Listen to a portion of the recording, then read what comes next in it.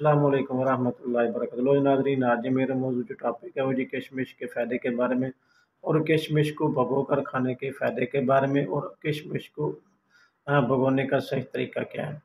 सबसे पहले नंबर पे आपको बताने जा रहा हूँ, ये आपके जिस्म के अंदर जितने भी ज़हरीले मादे होंगे जिसकी वजह से आप मुख्तलिफ बीमारियों का शिकार होते हैं, किशमिश भिगो कर खाने से आपके जिस्म से जितने भी ज़हरीले मादे इसको खारिज करता है और जिस्म को महफूज रखता है।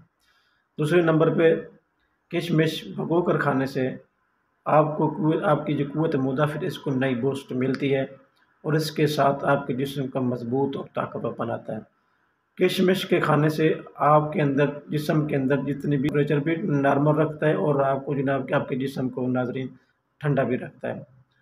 और छठा नंबर पे ये ब्लड प्रेशर के जितने भी मरीज़ हैं, किशमिश के इस्तेमाल करने से, वो भी भिगी हुई किशमिश के इस्तेमाल करने से, इसके इस्तेमाल करने से आपके जिस्म के अंदर जितने भी सोडियम ज़रात हैं उसको भी खारिज करता है और जिसकी वजह से ये ब्लड प्रेशर आपका बढ़ता रहता है और आपके ब्लड प्रेशर को हमेशा हमेशा के लिए आप नॉर्मल रखता है नाज़रीन।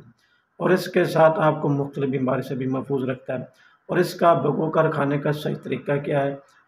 भिगोने का सही तरीका क्या है? आपने 10 से 15 अदद किशमिश लेनी है और एक गिलास आप पानी लेना है। बर्तन आपने इस्तेमाल करना है, मिट्टी का बर्तन, मिट्टी का गिलास हो या मिट्टी की कटोरी हो, इसके अंदर आपने भिगो कर रखना है। सुबह आप निहार मुँह खाली पेट इसको इस्तेमाल करें, पानी भी पी लें और किशमिश को भी खा लें। चंद दिनों के इस्तेमाल करने से आप जनाब मुख्तलिफ बीमारी से भी महफूज रहेंगे और आपके जिस्म के अंदर नई तब्दीली आएगी और आपके जिस्म के अंदर एक नई बूस्ट मिलेगी, एनर्जी की एक नई बूस्ट मिलेगी और आपकी क़ुव्वत मुदाफ़िर इसकी भी बूस्ट मिलेगी।